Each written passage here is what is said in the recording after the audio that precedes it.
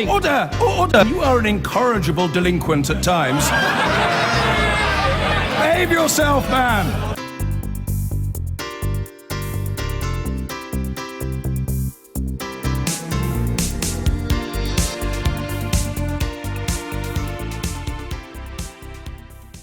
There's been a sharp rise in the number of young women suffering mental health problems. New figures show that in England, 1 in 4 16 to 24-year-olds reported symptoms. That's an increase from 1 in 5 7 years earlier. Self-harming is also on the rise. The findings come in a big survey of mental health in England. So what's causing so many young women to suffer problems like anxiety and depression? Here's our health editor, Hugh Pym. Young women are seen as a high-risk group, according to this comprehensive new survey for England, and Alice Thompson, who's 17, can vouch for that. She's suffered from mental health problems, including anxiety, self-harm and eating disorders. She's in treatment now, but says that her conditions have been overwhelming.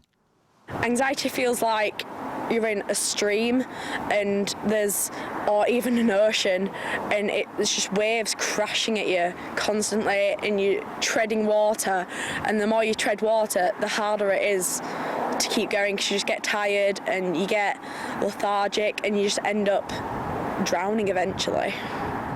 The Mental Health Survey covering England, carried out every 7 years, highlights important trends. Among 16 to 24-year-olds, 21% of women experienced symptoms of mental illness in 2007, but this had increased to 26% by 2014.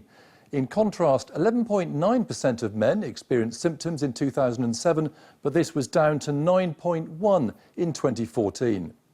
With self-harm, there's a widening gap, with 11.7% of women in 2007 saying they'd self-harmed, rising to 19.4% in 2014. For men, it was 6.3% in 2007 and a slower increase to 7.9% by 2014. So what are the explanations? The report's authors say it's not their job to look for causes, but the growth in social media is probably part of the story, with teenagers feeling under more peer group pressure and potentially being vulnerable to online bullying.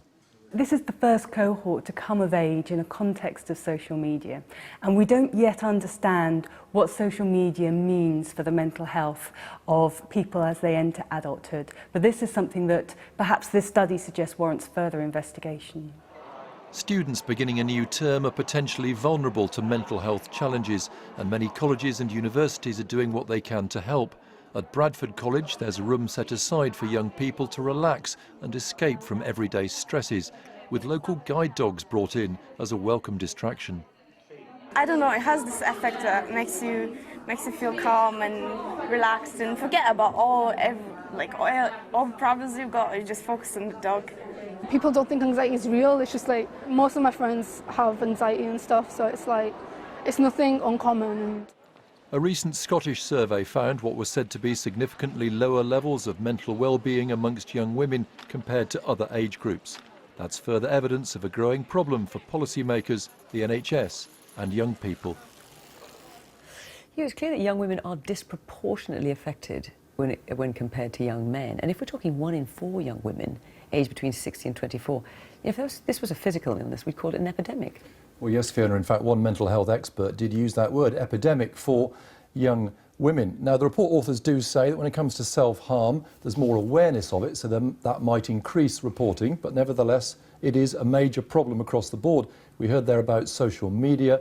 They also say the context to this 7-year period of this study, there was a recession, there's been an increase in domestic abuse and violence, and that might have affected young women's mental health. So what's to be done about it? Well, the government says it is investing a lot more money in mental health. It's set up new waiting time performance targets. And I do understand there'll be a major policy announcement by the government for England covering areas like self-harm and suicide.